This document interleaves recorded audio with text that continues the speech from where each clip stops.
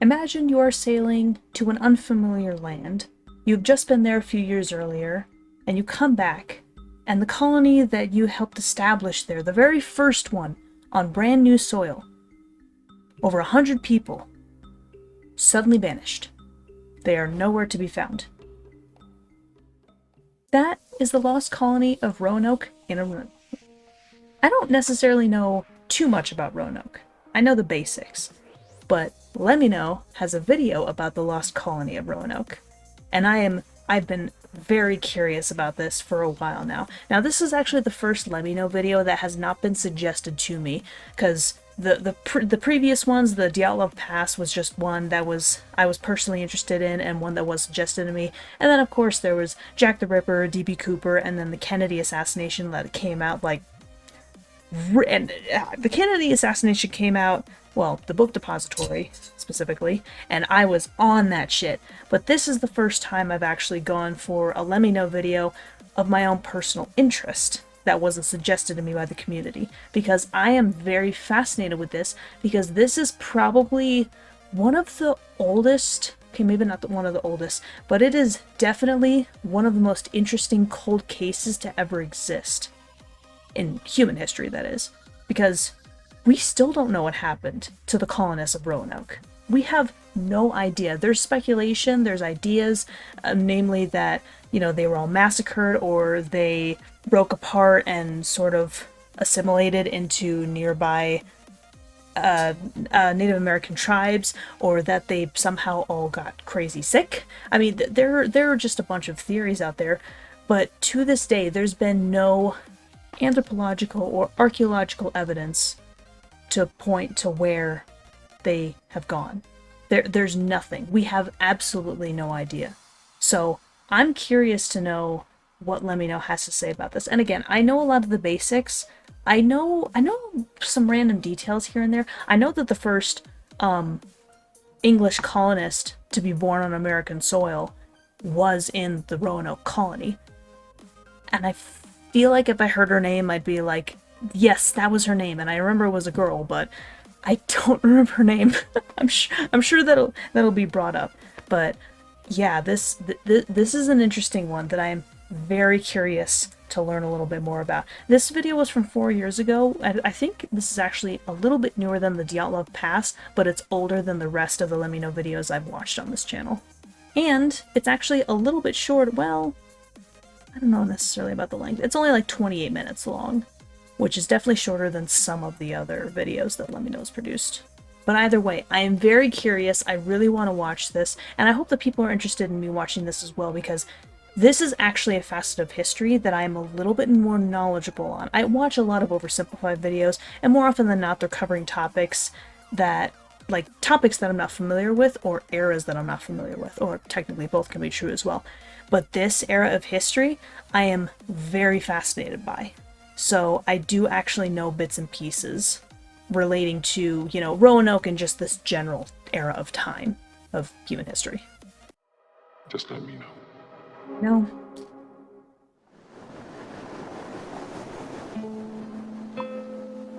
Near the end of the 16th I love that century, music. a man by the name of John White embarked on a transatlantic voyage. His destination was the island of Roanoke along the southeastern coast of North America. It was in Virginia, On this I island, believe. White had established an English colony some 3 years before. Oh, that's right, Roanoke was an returning island. to resume his position as governor. After a long and difficult journey, White finally reached the site of the colony, only to find the more than 100 men, women, and children he'd left behind had disappeared. A secret message carved into a tree was one of the only Croatoan? clues left behind at the sea. Is that what the message Before was? White had a chance to conduct a more extensive search, the ship returned to England, and in its wake, it left a mystery. What happened to the lost colony of Roanoke? Yeah, I knew that there would have been a message that had been like a mysterious phrase or word that had been carved in, and I couldn't remember what it was until I saw the CRO, and I'm like, and I initially thought Croatian, and I'm like, no, that doesn't make sense. And then I remembered Croatoan was actually the word that was left behind, which I think to this day is still a mystery where that word even came from and why it was carved into a rock. Is it a rock? I mean, I know it could have been a tree, honestly. I thought it was a rock, but I could have been misremembering. But yeah, completely forgot that Roanoke was an island. I don't know. I don't know how that completely slipped my mind. So it was the late 1500s. It was, I think, almost the turn of the 18th century. Wait, 18th? What? No, 16th. Good lord. No, wait, no, 15th. Wait. Oh, good lord. It was at the turn of the 17th century. Jeez, I almost frickin' messed up with my numbers. I apologize. And I think the main reason that, what was it, John White, is that what he said? I think the main reason that John White, because he helped establish the Roanoke colony, which was the first English colony on American soil, by the way. But I think he ended up having to leave Roanoke to get more supplies because there was like a difficult couple of winters that they had on Roanoke, so he wanted to go back to England and resupply and stuff like that. And I think it got delayed a few times before actually making it back to Roanoke and then finding that everybody was gone. I don't remember. I think he stayed like 2, maybe 3 years on Roanoke before going back to England. Maybe 2, because again, I know that there were delays trying to get back. So yeah, maybe he was only there for like 2 years, maybe even just a year on Roanoke itself. But yeah, then of course, how do you explain that? In that period of time, how can you possibly explain over 100 people just up and vanished? Just like that.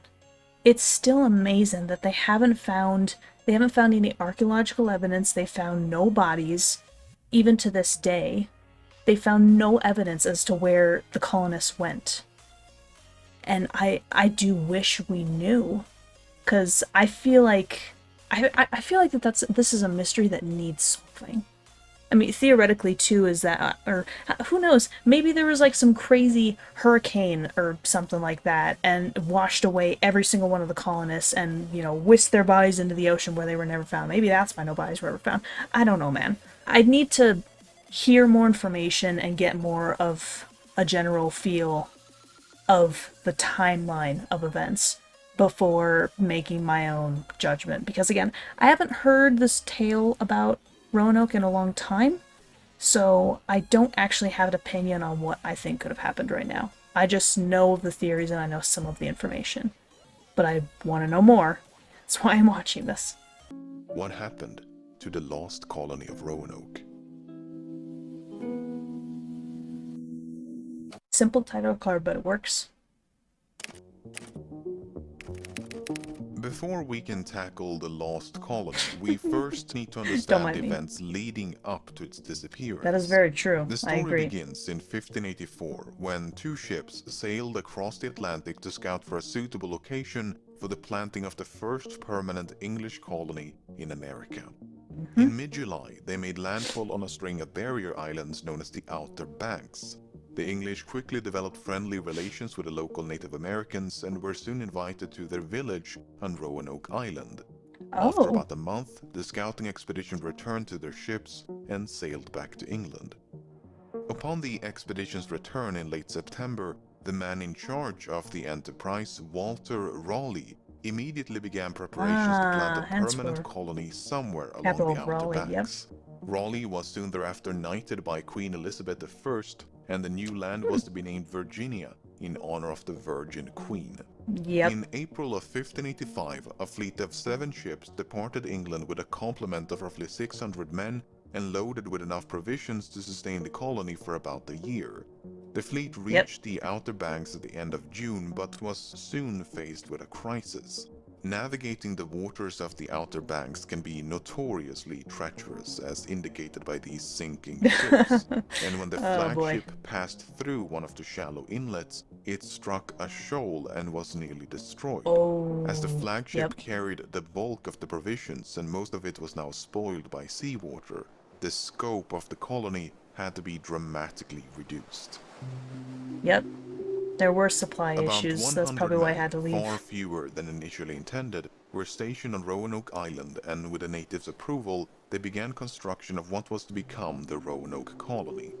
The island was primarily chosen for its strategic value. It provided quick access to the ocean, while still making the colony invisible to Spanish patrols. You see, Spain had already colonized and That's laid true. claim to much of what the English now called Virginia, so they had to be careful not to attract any unwanted attention. A second Fair. wave of supplies and reinforcements was expected to arrive before the winter, but unbeknownst to the colonists, the resupply mission had been countermanded by the Queen to deal with more pressing concerns back in England. As such, once the colonists ran out of food, they had to rely on the generosity of the natives. However, the natives only had so much to spare and struggled to meet the increasing demands by the colonists. This over-dependence quickly began to strain their relationship. That makes Meanwhile, sense. people had begun to notice a disturbing trend. Every time the English visited a Native American village, many of its inhabitants would inexplicably collapse and die. The natives believed the English could kill from a distance by shooting invisible bullets. Yeah, And well, they were not too far off. that's While not what's unknown at happening. the time, the English were carrying deadly pathogens to which the natives lacked immunity, Mm-hmm. and thus an epidemic was unwittingly unleashed upon the indigenous population. Which is absolutely true of pretty much all the natives who were in contact with any settlers from Europe. It's because North America, well, the Americas in general, and then of course Europe, and I wouldn't really count Europe, the Americas and Europe, two very different environments. I mean, not to mention that Europeans had the Black Death. I mean, the Americas never had anything like that. So in a way, the Europeans were much more tolerant of all kinds of pathogens out there. Because of the more industrialized nature of Europe in general, and because of how a lot of diseases worked in their communities, they sort of had a stronger resistance to a lot of the strong pathogens that existed at the time. Whereas the natives, the only pathogens they usually had to deal with were largely natural ones, not really ones that were born out of overpopulation or related to their communities. And because of the Europeans' greater immunity in general, as a result of these larger societies that they bred, which, you know, the larger the society, the larger the community, the more likely more pathogens are going to be bred, and in some cases become superbugs, which can be resistant to modern medicine. And I'm not even talking about the superbugs of today's era that are resistant to a lot of the crazy antibiotics and drugs that we have. I'm even talking about way back in the 15, 16, 1700s. There were still superbugs there. The Europeans simply had more contact and exposure to a much larger variety of pathogens and diseases, unlike the Native Americans, which is why the Native Americans were just unable to handle a lot of the diseases and pathogens that the Europeans unknowingly brought to their lands. Hence why a lot of Native Americans ended up dying of inexplicable circumstances, and why tensions would become very strained very early on. And thus an epidemic was unwittingly unleashed upon the indigenous population. The two leaders back on Roanoke, Colonial Governor Rolfe Lane and Indian chieftain Wingina, eventually grew so suspicious of one another that cohabitation was no longer possible. Wingina decided to remove his people from the island and retreated to a larger village on the mainland. Meanwhile, Lane came to believe I'm that not going to Wingina had pronounce that. formed an alliance with other tribes and that they were plotting to launch an attack against the colony. Whether he was paranoid or not, Lane decided to take preemptive action. On the 1st of Fortify June, Roanoke? 1586, Lane and his men made their way to the mainland village and massacred its people. One of the Englishmen chased after and decapitated Wingina, and his head was later impaled outside a fort of the colony. Jeez. What a rough start. Really rough start. A large English fleet commanded by the renowned sea captain Sir Francis Drake dropped by the Outer Banks on its way back to England. Given the lack of food and violent clashes with the natives, it was decided to abandon the colony. The colonists were hastily evacuated off the island, and then after 9 long months, they all returned home. All except 3, who were not located in time for the evacuation, and so the fleet left them behind. They were never heard from again. Shocker. So wait, LEMMiNO's said large fleet, captained by Sir Francis Drake. I'll more on him in just a hot second. What do you mean large fleet? Because that can mean a lot of things, especially for the late 1500s, because you think of a large fleet now, I mean, some of the normal military ships that you'll see out there can have hundreds of crewmen, but those kinds of numbers look a little bit different even 500 years ago. So when you say large fleet, like how many men and ships are we talking? And so wait, so the colonists weren't even brought over to the colony just yet. These were just scouting ships, and they brought back all but 3 men, which, ouch, that's rough. I mean, all except for 3 who weren't located before the evacuation and were never heard from again. I'm shocked, Cotton.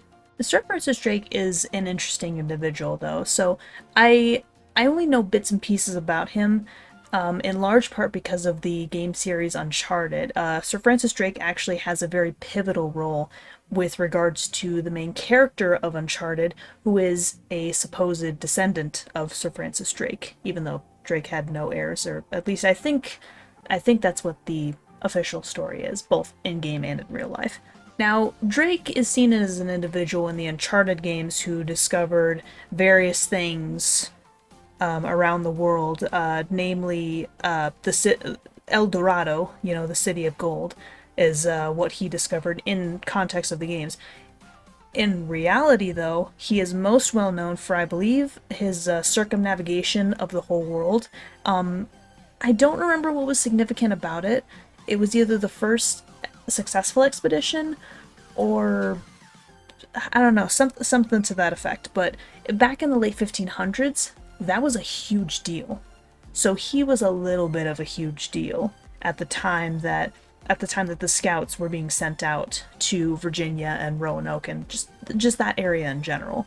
I don't know how much of a role Francis Drake plays in regards to the rest of the Roanoke expedition and colonization, but I thought I'd throw out that little fun fact there, in case you didn't know. And so the fleet left them behind. They were never heard from again. If the scouting expedition of 1584 had been a resounding success, the colony of 1585 was a categorical failure. Relations with the Native Americans had completely fallen apart. The severe lack of food had made life miserable, and they had failed to track down rumored sources of gold and copper, which could have made the venture worthwhile. Well, and that's another thing too, is why America seems so enticing to begin with, is because it seems so lucrative regarding its rare minerals and resources. And I know that there were some other natural resources and foods as well that were coveted, but it was mostly the idea of silver, gold, and copper in particular, I believe it was, that really enticed Europeans over to the Americas to begin with. Initially, they were just looking for a trade route to Japan and the Indies, and then what they found was a completely unique landmass that they had never heard of or seen before. Not even from the likes of the Scandinavians who had already gone to North America a few centuries prior. Not that they knew. I mean, the world of Britain and most of West and Central Europe in general, almost completely disconnected from the Scandinavians. But gold was definitely a big reason, especially in Central and South America. There are also some places in North America as well, but gold was very much coveted by the Europeans. Hence, a big reason why everybody wanted to settle there so quickly. I mean, not the only reason, of course, but a big one. And they had failed to track down rumored sources of gold and copper, which could have made the venture worthwhile. Also, hence El Dorado, in spite of all City this, of Gold. at least one man was eager to return. His name was John White. White was a painter and artist by trade, and many of the maps and sketches that you've seen so far were either drawn by him or based on his work. Wow. Somewhat ironically, however, there are no surviving portraits of White himself. White's Oh, that's participation in these interesting. earlier voyages is slightly ambiguous. He may have been part of the scouting expedition in 1584, but he was definitely part of the voyage in 85. What is a Okay, bit gotcha. unclear is whether he stayed behind at the colony or returned to England with the outbound fleet. For instance, White's name is not included in a surviving list of all the colonists. Interesting. But some historians believe this is merely an oversight and that he was in fact part of the colony. It is entirely In either possible. case, Sir Walter Raleigh was eventually persuaded by White and others to attempt a second venture. Unlike the first colony, which had been more akin to a military outpost, the second would include women and children, actually be a including colony. White's pregnant daughter, Eleanor Dare.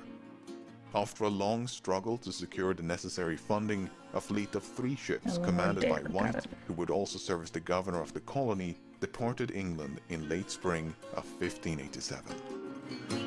Oh, Virginia Dare, that was her name. That was the name of the first child to be born in The America. misfortune of the first From- colony did from not English, end with its yeah. evacuation in 1586. Only days later, a ship filled with provisions sent by Sir Walter Raleigh arrived at the Outer Banks. The crew spent some time searching for the colonists, but when they found no sign of them, including the 3 men that had been left behind, they returned home. The same thing happened 2 weeks later when an English-bound fleet loaded with supplies and reinforcements also found the colony deserted. Unwilling to leave the colony vacant, however, the captain left 15 crewmen on Roanoke before the fleet resumed course for England. John White had been told about the 15 crewmen before he departed, so when his fleet approached the Outer Banks in late July of 1587, he intended to pay them a visit. But this is where things get confusing. Okay. You see, the second colony was never intended to be established on Roanoke. After all, the long list of complications encountered by the first colony made it clear that Roanoke was far from an ideal location. Instead, the second colony, or the city of Raleigh as the man in charge had so immodestly named it, was to be planted somewhere along the coast of Chesapeake Bay. This Gotcha. made a lot more sense. The water was deeper to allow for larger ships, and not nearly as precarious Yet as is there those around waiting the at Outer Chesapeake Banks. Bay. There was plenty of open space, the soil was more fertile, and all around it seemed an improvement to Roanoke Island. But the fleet's Portuguese navigator, Simão Fernandes, had other plans. Fernandes had also been the navigator of the 2 previous expeditions and was a far more experienced sailor than White. I was about to say, really, they hired a Portuguese navigator, and then I remembered, no, it's not Portugal and England that were having a spat with one another. It was Portugal and Spain that were having a bit of a spat with one another.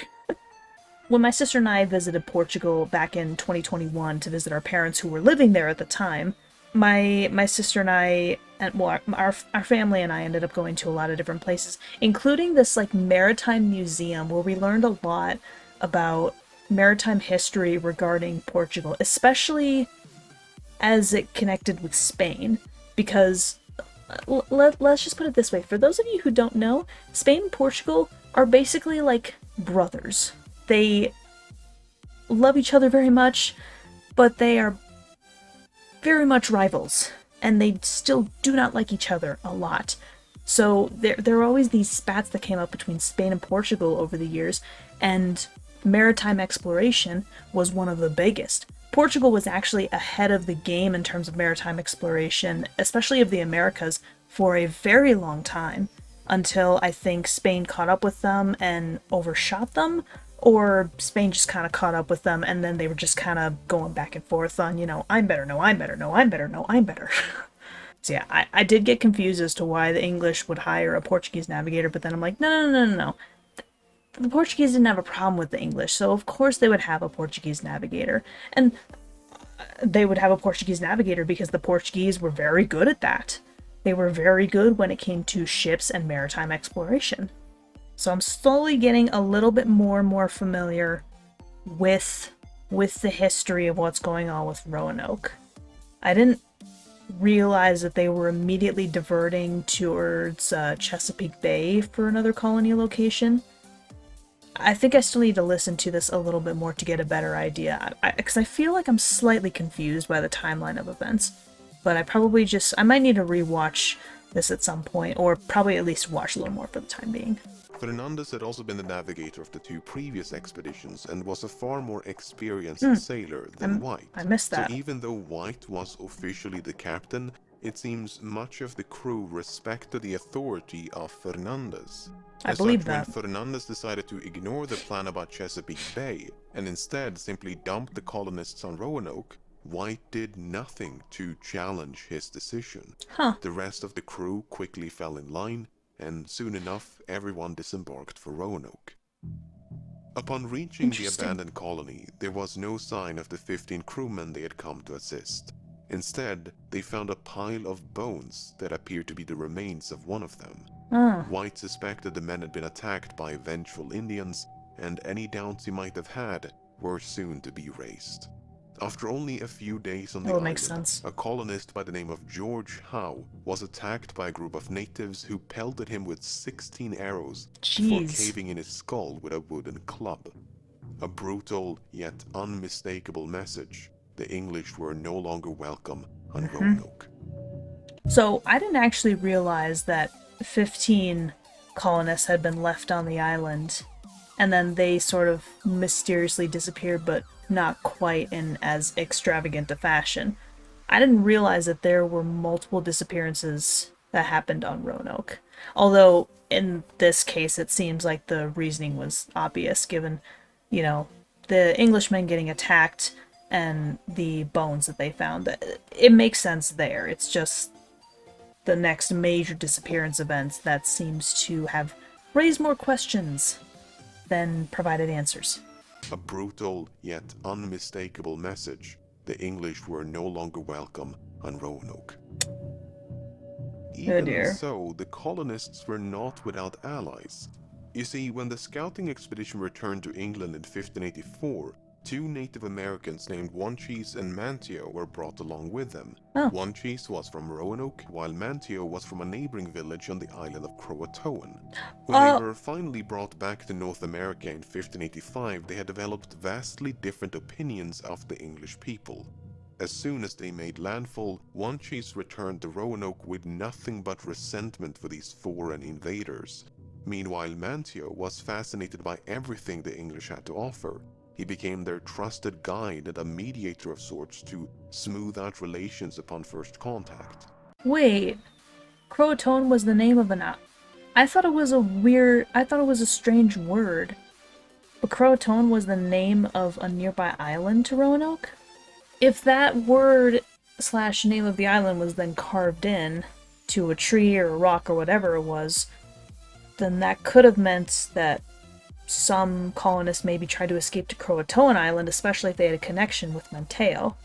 Although I imagine that Croatoan Island was searched and nothing was found, because as far as I know, nothing's still been found about the colonists of Roanoke, so that still leaves a crazy-ass mystery. A mediator of sorts to smooth out relations upon first contact. So, following the death of George Howe, White reached out to the Croatoans, and they confirmed what he'd initially suspected. A large group of Indian tribes had indeed attacked the 15 crewmen stationed on Roanoke. There you go. This coalition was spearheaded by none other than Wanchese. At least 2 of the crewmen had been killed in the attack, while the rest escaped in a small boat, never to be seen again. Roanoke had become a much more dangerous place to live. Yeah. Simão Fernandes remained anchored near the Outer Banks for about a month before he decided to return to England. In the meantime, the colonists had grown concerned about the long-term survival of the colony. If the colony were to be truly self-sufficient, they argued, they would require more people and more food. As such, they implored Governor White to return to England with Fernandez so that he could bring back supplies and restock the colony. White was initially hesitant to leave, as he feared he'd be accused of desertion if he returned to England alone. Not to mention he would have to abandon his daughter, who had recently given birth to a daughter of her own, named Virginia, on this remote and precarious island. Dare. But in time, he was persuaded to go, and as the fleet departed in late August of 1587, he could not have known he would never see any of them again. Well, no, obviously not. Alright, this is where the disappearance happens. Got it. Although I imagine we're going to be getting a little bit more information on, them going back to England. Or they're just going to return to Roanoke immediately. John White returned to a country at war. By orders of the Queen, no ships were to leave England until the threat of a Spanish invasion had passed. Oh, yeah. This was bad news for White, and his best efforts notwithstanding, he remained trapped in England for 3 long years. This would explain the It was delays. not until the spring of 1590, with the help of Sir Walter Raleigh, that White finally managed to book passage in a convoy bound for America. Upon reaching the Outer Banks in mid-August, plumes of smoke appeared to emanate from Roanoke Island. 2 boats were quickly dispatched, and the crew fired the ship's cannons to make their presence known. The men could see a great fire as they approached the island, but White never clarifies whether it was natural or lit by people. Once ashore, they made their way to the west end of the island and found a set of footprints. They appeared to be fresh, but there was no sign of those to whom they belonged. The search party then headed north and passed upon a tree where someone had carved the letters C-R-O. Upon reaching the entrance of the colony, they came across a second inscription. It was the word Croatoan, engraved into a wooden post. The post was but one of many that now formed a defensive barrier around the colony. The colony itself was deserted, and clearly had been for some time, given the overgrowth of grass and weeds. The houses had been taken down and stripped of valuables. All they found were bars of iron, a few cannons, as well as 5 looted chests.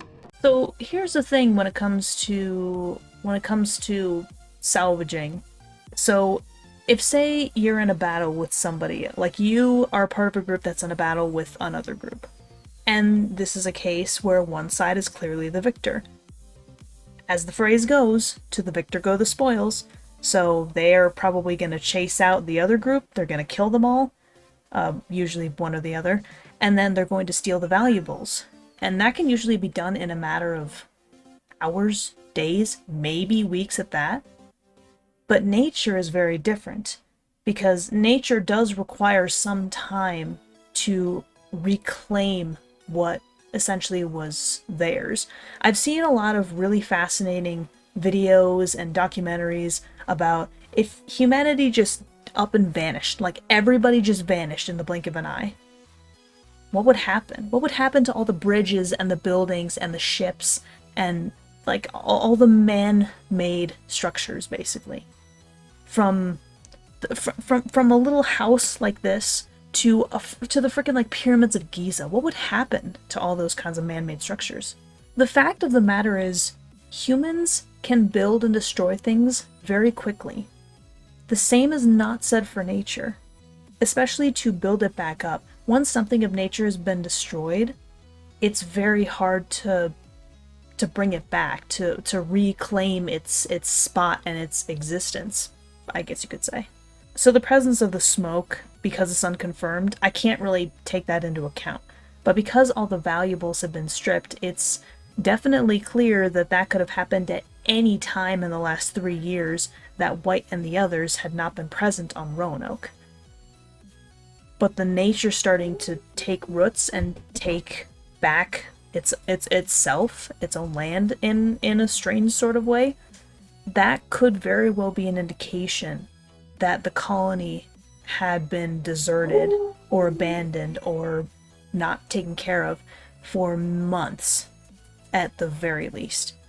And I'd say, I mean, given Roanoke's general lack of resources, given, their shaky relationship with a lot of the Native Americans at the time, not all of them, but definitely a lot of them, it could potentially be assumed with very high likelihood that the Roanoke colony survived a year, maybe at most, and maybe even much less than that after White and the others initially left.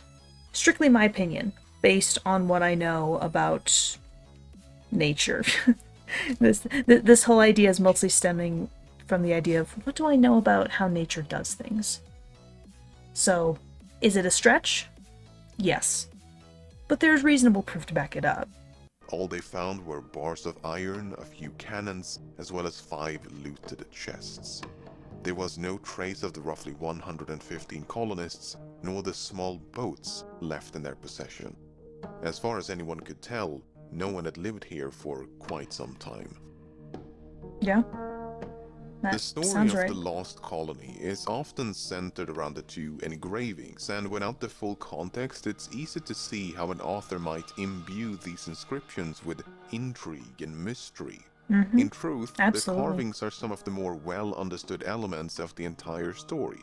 At least, John White had no doubts about their meaning. White explains in his notes that before he left in 1587, he and the colonists had come to an agreement. If they decided to abandon the colony before the governor's return, they were to leave behind a secret token of their destination. Furthermore, if this abandonment was forced upon them, they were to include a cross to signify distress. Because no such cross had been found, White was confident the colonists had safely relocated to the island of Croatoan. Thus, White swiftly returned to the ship and convinced the captain to set course for Croatoan. But while the crew prepared for departure, the anchor cable snapped, and without a spare anchor, the captain felt it was too dangerous to continue. In the end, White never made it to Croatoan, and it was the last time he ever ventured across the Atlantic. Whoa. So, Croatoan Island was never even examined after all that. At least not by White, at least, and not in that season. I mean, maybe in the next year they could have, or next 5 years. I would hope by the next 5 or 10 years at the very least they would have gone to, somebody would have gone to Croatoan Island to try and see if they could find any sign of the colonists. I didn't realize that nobody actually looked there as soon as they saw the word Croatoan on the tree or rock or whatever it was. Okay, now that I'm saying that, I'm pretty sure it's a tree. I'm pretty confident it's a tree at this point. That would definitely not happen in today's era. I mean, in large part because we have the ability to travel significantly more efficiently. If you have a lead, you follow it. Even if the seas are bad, or the roads are bad, or the wind is bad, or something along those lines, I guarantee you that in today's day and age, as soon as they found any information on Roanoke, they would have been to Croatoan Island within less than a week. Easy. Depending on, weather and just things, and just generally speaking. They probably would have been there on the same day even. But back in the late 1500s, I could see how such a thing would not even be possible, but how could John White not try and fight that harder? His daughter and his granddaughter were in Roanoke, and he had no idea. He had no information about their fates, besides Croatoan. Did he really just assume that they were safe on an island that was how far away? I didn't even see how far away Croatoan was far from Roanoke. I can't believe that with a family, he wouldn't have pushed harder to try and search Croatoan, even if they weren't necessarily able to at the time. That's sad. That's very sad. While an unsatisfying conclusion, it seems relatively safe to assume the lost colony of Roanoke simply relocated to the island of Croatoan. Right. Case closed? Well, not quite. No, You see, while unfortunately not. explaining the meaning of the inscriptions, White revealed another interesting yet puzzling detail. With a single sentence, White explains that before he left in 1587, the colonists were preparing to move 50 miles into the mainland. While Croatoan is about 50 miles south of Roanoke, it's also an island, distinctly not part of the mainland. Yeah, it's not in the direction of mainland. This lone sentence introduces, if but a modicum of doubt, to White's version of events. Yeah. Perhaps Croatoan was not their intended destination after all. If so, where could they have gone? And why did they put Croatoan? Something had to have been done in haste. Centuries of breadcrumbs. Yeah, that sounds about 20 accurate. years after the Roanoke colony was lost, the Anglo-Spanish War had come to an end. John White faded into obscurity, and Sir Walter Raleigh had been found guilty of treason for conspiring against the crown. Yeah, I know, it's a whole other thing. Anyway, renewed interest in America saw the plantation of a third colony in 1607. Jamestown. The Jamestown colony was established within the borders of a vast confederacy of Native American tribes, ruled by a man the English called Powhatan. Wait. Because I definitely know about Jamestown. Most people do. It's one of the earliest known American colonies, or English settling American colony. You know what I'm talking about. Jamestown is very, very well known. I mean, just look at, Pocahontas, like, and that general tale of the general legend, whatever you want to call it. So you're saying that Jamestown was established almost 20 years later, and nobody thought to look at Croatoan in that span of time? 20 years. Are you kidding me? Over 100 people disappear without a trace, and you're not gonna look for an explanation? Jeez. I know I'm a 21st century kid, but that hurts me. That pains me. That really pains me. Ruled by a man the English called Powhatan. One day, Powhatan captured the future governor of the colony, John Smith, and told him about a place where men wearing European clothing lived. Then, after his release in 1608, Smith drew a rough map of Virginia, and this is one of the notations. Here remaineth four men clothed that came from Roanoke to Croatoan. Interesting. Unfortunately, this claim and others just like it were never properly investigated, so we can never know if this was anything more than a rumor. This is not much different than the Lost Franklin expedition. There were so many Inuit recountings of sightings of men from the Franklin expedition that could very well have been true, but because they were natives, their accounts were never followed up on. That information was never investigated. So in the late 1500s, well, technically at this point, early 1600s, this was done. But even in the mid 1800s, this was still being done. The Inuit were still completely ignored. I mean, granted, it was much more of a severe issue with the Franklin expedition because of the whole cannibalism, accounts that were being discussed. But still, this is so much tamer. Why didn't they investigate this? Again, it's no different from the Franklin expedition. The natives of the area, who, I guess in a way, didn't really have much of a reason to lie to the Englishmen in the first place, they just simply were ignored. Typical Europeans. Typical. And I know, technically speaking, that I say Europeans, but in a way they're also Europeans and Americans at this point. So, typical Europeans/Americans. You know what? It works either way. It's dumb, but it works either way. So we can never know if this was anything more than a rumor. Another unconfirmed report was that all but a few of the colonists had been massacred by Powhatan. The survivors of this slaughter at Roanoke had then supposedly scattered across the region.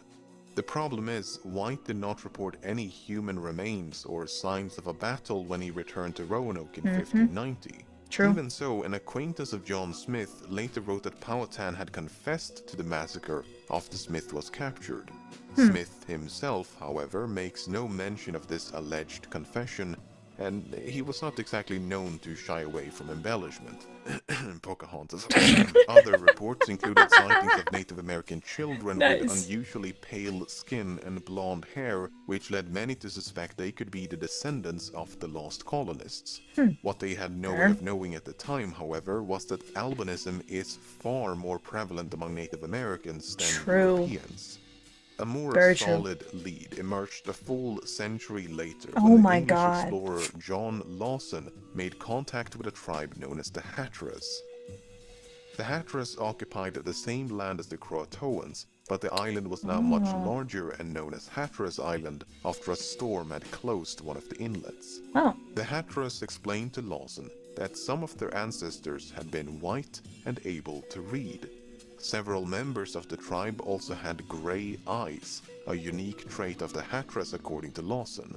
They also spoke of a local legend about a ghost ship which they refer to as Sir Walter Raleigh's ship.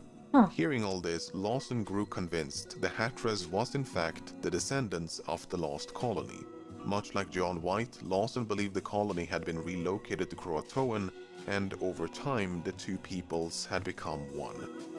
Okay, so we now have two sources over a century apart arguing for the same version of events. John White True. says they went to Croatoan because carvings. John Lawson says they went to Croatoan because grey eyes and ghosts. Not the most decisive evidence, Yeah, perhaps, not the most but compelling it does evidence. make for a compelling argument. Ah, jeez, what the hell? I could have sworn I just saw something on me. Could have just been freaking out over nothing. Because normally, insects don't bother me. Spiders do. I don't like spiders. So what was his name again? Menteo, I believe it was? He said that he and his people who were in Croatoan were vastly fascinated by the Englishmen and the Roanoke colonists. If they did sort of assimilate into one another, the Croatoans and the Roanoke colonists, that could technically be plausible. I mean, as to why there may have been so few remnants, I mean, there could have easily been some that got lost at sea, or, you know, maybe some were kind of slaughtered along the way and their bodies were just kind of lost to the ocean or something like that. Who knows? But, I mean, the possibility that even just a few Roanoke colonists would have mixed with the Croatoan Native American population, and, you know, given the genetic evidence too, it's entirely plausible. John Lawson says they went to Croatoan because grey eyes and ghosts. Not the most decisive evidence, perhaps, but it does make for a compelling argument. Following Lawson's encounter with the Hatteras in 1701, nothing of significance would be uncovered for centuries. That is, until the late 1930s, when a series of peculiar stones suddenly brought the mystery back to life. Oh, frick! The stones had That's been over 100 inscribed with years. messages It's like supposedly 125 written years. by Eleanor Dare, 225 the years. daughter of John White. Unfortunately, they all turned out to be fake. Oh.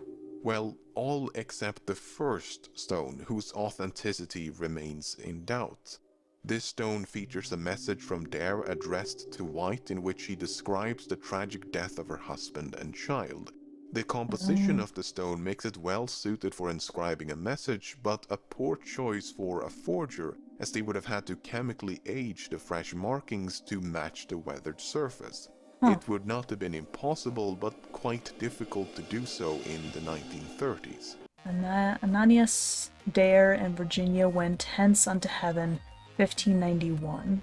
That would have been upwards of a year after White returned to Roanoke to find that the colony disappeared. And the Englishmen to John White, Governor of Virginia. Father soon. Okay, so this is. I don't actually know his daughter's name. John White's. It's Ananias. Could be Anna, something like that. Dare. But she could have potentially left him a note directly to him. Father, soon after you go for England, we came hither. Only misery and wear toe year. I'm not sure exactly what that's supposed to stand for. Above half dead. So more than half of them were dead. More from sickness. Between 4 and 20. So more than half of the colonists were dead.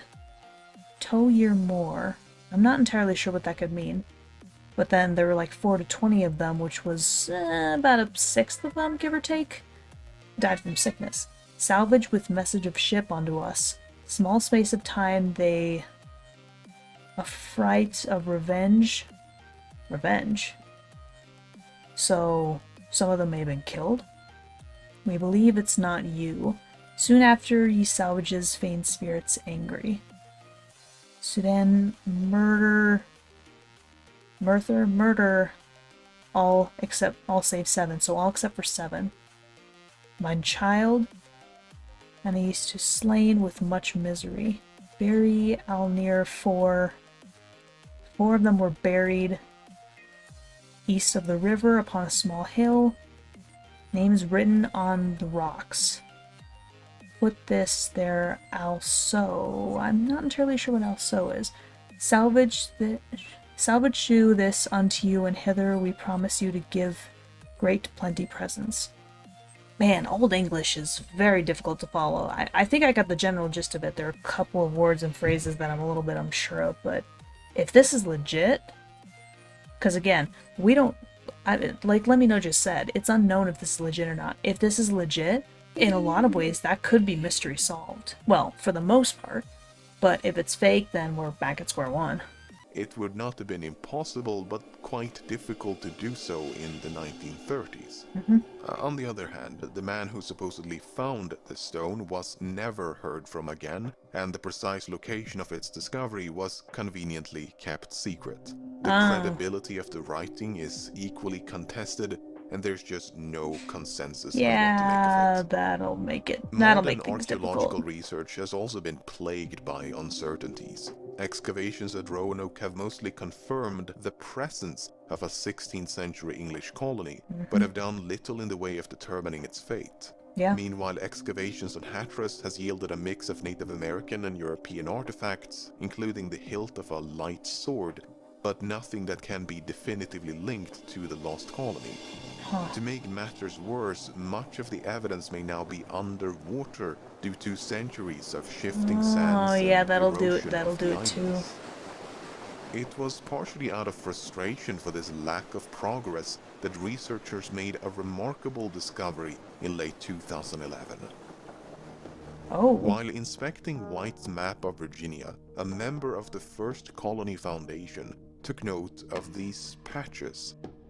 Historically, patches like these have been used to correct minor mistakes, so no one had ever given them a second thought. This time, someone did, and had the patches... Okay, so I was under the impression that it was just constantly zooming in. No, there are 2 different map sections. There is this section here, which is zoomed into this one, and then this section here, which is zoomed into this. So what is LEMMiNO talking about? No one had ever given them a second thought. This time, someone did, and had the patches carefully examined.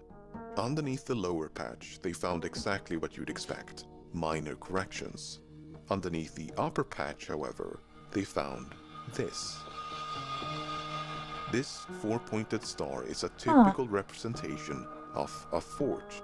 A comparable symbol can be seen on this map from the early 17th century. Okay. The paint used to draw the symbol matches the paint used elsewhere on the map, including the corrections drawn on top of the lower patch, Interesting. suggesting it was drawn and concealed by White himself.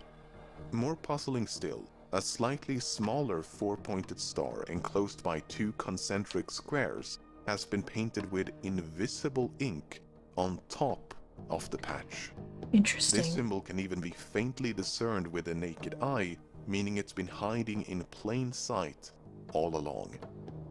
Finally, this fort is situated on the mainland, approximately 50 miles west of Roanoke. Oh. Why was it hidden though? Did only a few know its actual location? Site X. This is news that I was unaware The location of. of the concealed fort was quickly named Site X in reference to the expression X marks the spot, while the fort Yeah, that's fair. itself has yet to be found, presuming it was ever built. Archaeological digs have uncovered a few items of interest. Fragments of pottery and bits of metal are indicative of an English presence, but much like the findings on Hatteras, an indisputable link to the lost colony has yet to be established. Right. That being said, the research is still ongoing, and the smoking gun, whatever it may be, will perhaps have been found by the time you're watching this. Presuming this is the intended location for the city of Raleigh, one has to wonder, why was it concealed with a patch? Right, that's the big question. Tempting as it may be to envision some elaborate conspiracy, there is a very simple explanation. Remember how in 1608 John Smith sent his rough map of Virginia back to England? Well, this is not the original map, but an illicit copy. A copy made in secret by the Spanish ambassador and covertly passed along to the King of Spain. So England had good reason to worry about sensitive information, such as the location of a fort, being intercepted by enemy spies. Another example is how the colony on Roanoke was concealed through omission. We still don't know the precise location or layout of the colony because it was never indicated on any of the surviving maps. While it continues to be a source of aggravation among historians and archaeologists, this secrecy did serve a purpose as it prevented Spain from ever finding the colony. In fact, Spain continued to search for the colony long after it was lost, so it's unlikely they had anything to do with its disappearance. Right. On the other hand, if the fort was never built, the patch may be precisely what it was always assumed to be, nothing more than a correction. Then again, the near invisible symbol drawn on top of the patch strongly imply concealment as opposed to a simple revision. Right, yeah, the fact that it was on the underside and the top side. After going through all the available evidence, this is what I'm thinking. Okay. So John White left Roanoke in 1587. When he failed to return, the colony was split into two groups. One decamped for Site X, while the other went to live with the friendly Croatoans to await the governor's return. The region is known to have suffered a severe drought just after White left, so the relocation may not only have been motivated by diminishing supplies and hostilities, but also by a lack of water and crop production. That would make sense. As years turned into decades, the colonists may have started families with, and thus become inseparable from, the indigenous people amongst whom they lived. Yeah. Not only would this explain the disappearance, but also the Croatoan inscription, the 50 miles into the main, as well as the grey eyes of the Hattress. While I'm still leaning towards it being fake, I do find it interesting how the Dare stone was supposedly discovered just a few miles north of Site X. That's true. After all, if you're a hoaxer and you want to convince 1930s America that this stone is genuine, why claim you found it so far away from Roanoke? One should also keep in mind that much of the evidence relies solely on the words and paintings of one man. Right. Parts of White's account could easily be a misinterpretation or exaggeration. Absolutely. So depending on what evidence you regard as credible, other solutions are equally plausible. For instance, some believe the colony went ahead with the original plan and relocated somewhere along the coast of Chesapeake Bay. Others believe they were all lost at sea after a failed attempt to return to England. But these solutions are about as helpful as saying the colony vanished into thin air. Without a more localized place of interest to search for corroborating evidence, there is virtually no hope of resolution.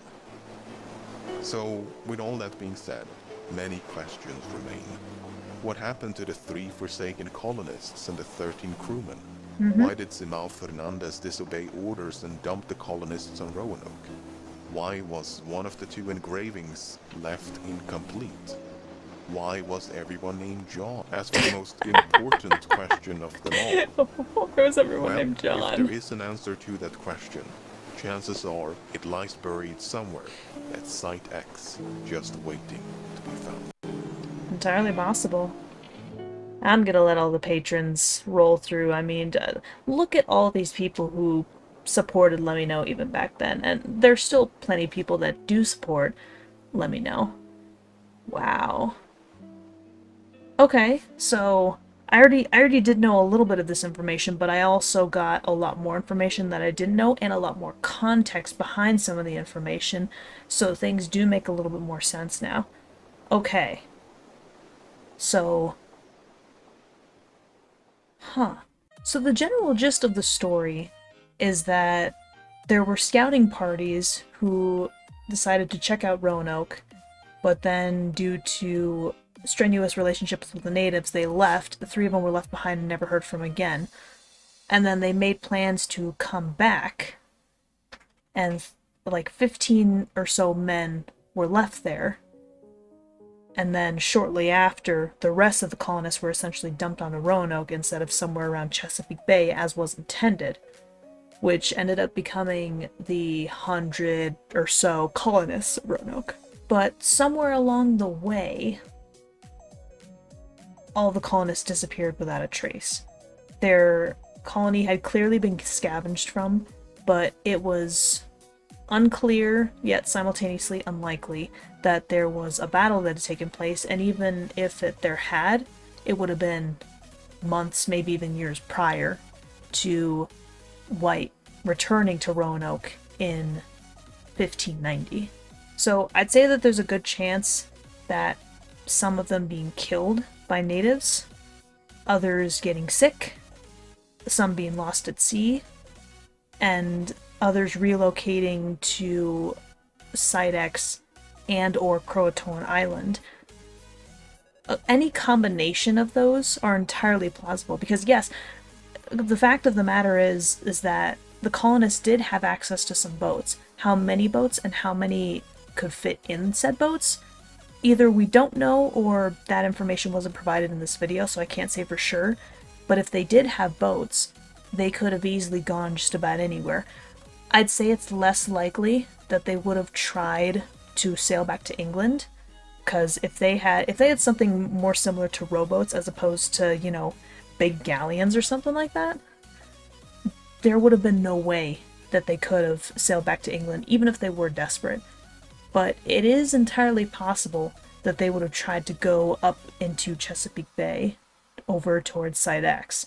And also equally as possible that they could have tried going to Croatoan Island, because it would have been a lot easier to do that. Why they abandoned their settlement? I would easily chalk it up to they were threatened by the natives and or the drought-like conditions that ensued after White had left. It would entirely make sense if they were just simply unable to grow their own food, because this was a relatively small island if you think about it. And this is a completely new territory that the colonists are not familiar with. They wouldn't know how to cultivate the land super well. The natives would, but the colonists wouldn't. America in general was still very unfamiliar to them. It was still full of climates and resources that they didn't fully know how to make use of, and that there was just a lot that they didn't know. So if they had some supply shortages as a result, and faster than expected, that would absolutely make sense. And that Dare Stone, the fact that they've disproven the others, but they question the legitimacy of the first one, is really interesting, because if they were so quick to dismiss the rest of them, what makes this particular Dare Stone so intriguing, and what gives it its potential legitimacy? Because if it is legitimate, that could answer a lot of questions, and it could make sense with a lot of the accounts and the sort of evidence that's already been found. I say evidence because it's, in a lot of ways, there really is no solid, there's no solid evidence at all. There's no concrete proof as to what happened to the colonists. And theoretically, the Dare Stone could be the missing link. It could be the only account of what happened. And I'd say that there actually could be a chance that it could be a legitimate piece of evidence, for two main reasons.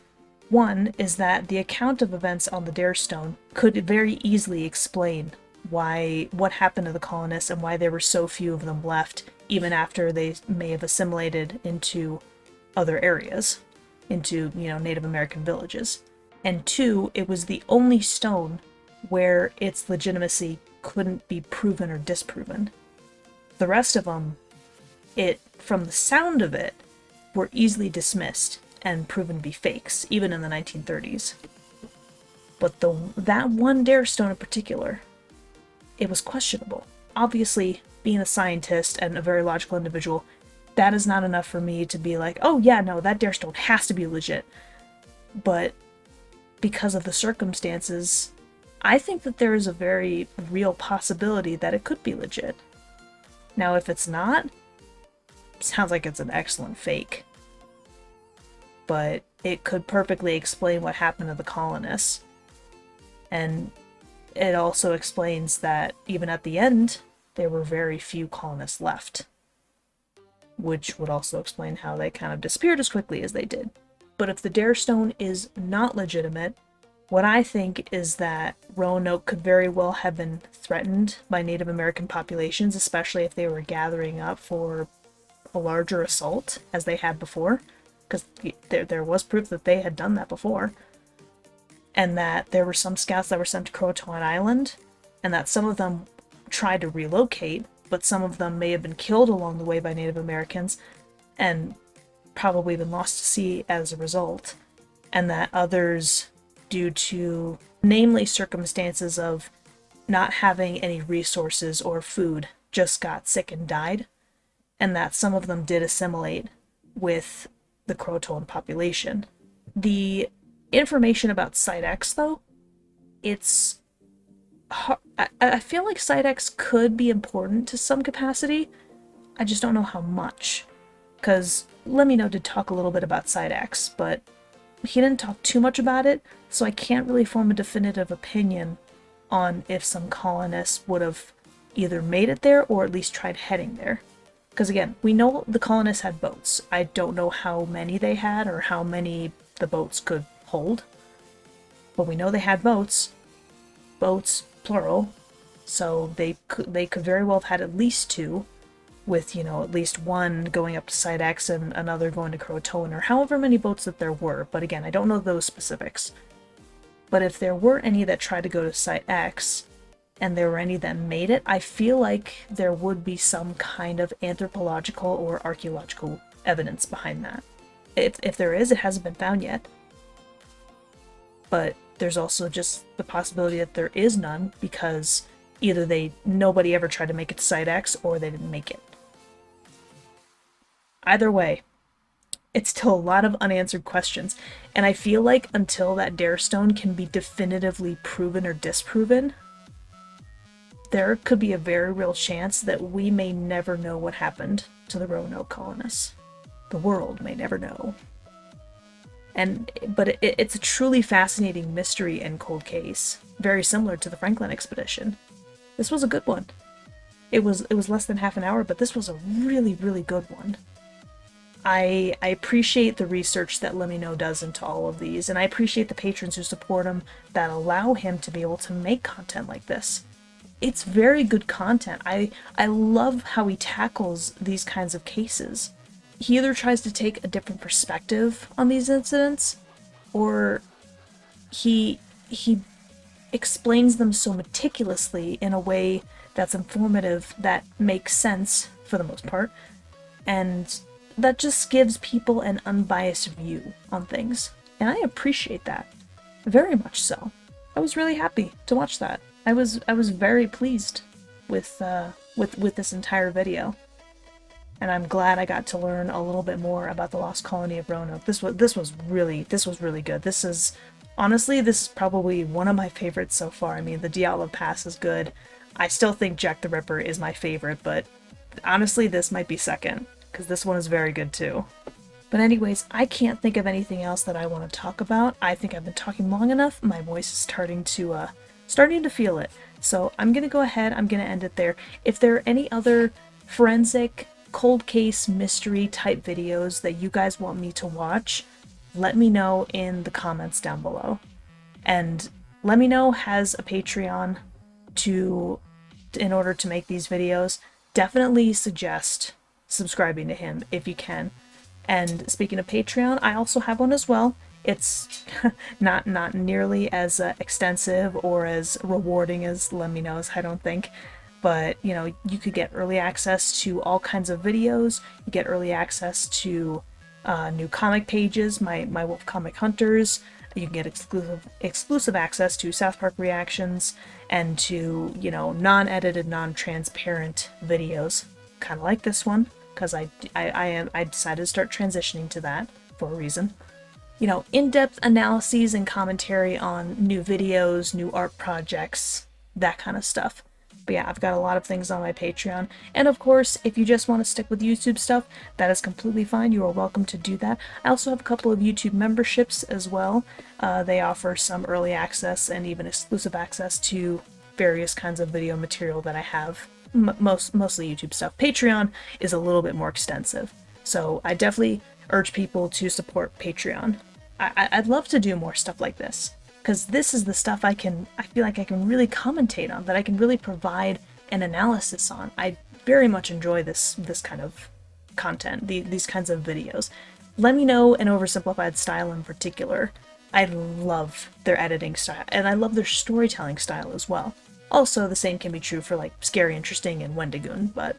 So thank you all for watching. I hope you guys enjoyed this reaction/analysis. Subscribe to my YouTube, check out my Patreon if you're interested. That would be I would be very much appreciative of that. So thank you all for watching. I hope you guys enjoyed this. And as usual, until the next video, guys, check you laters.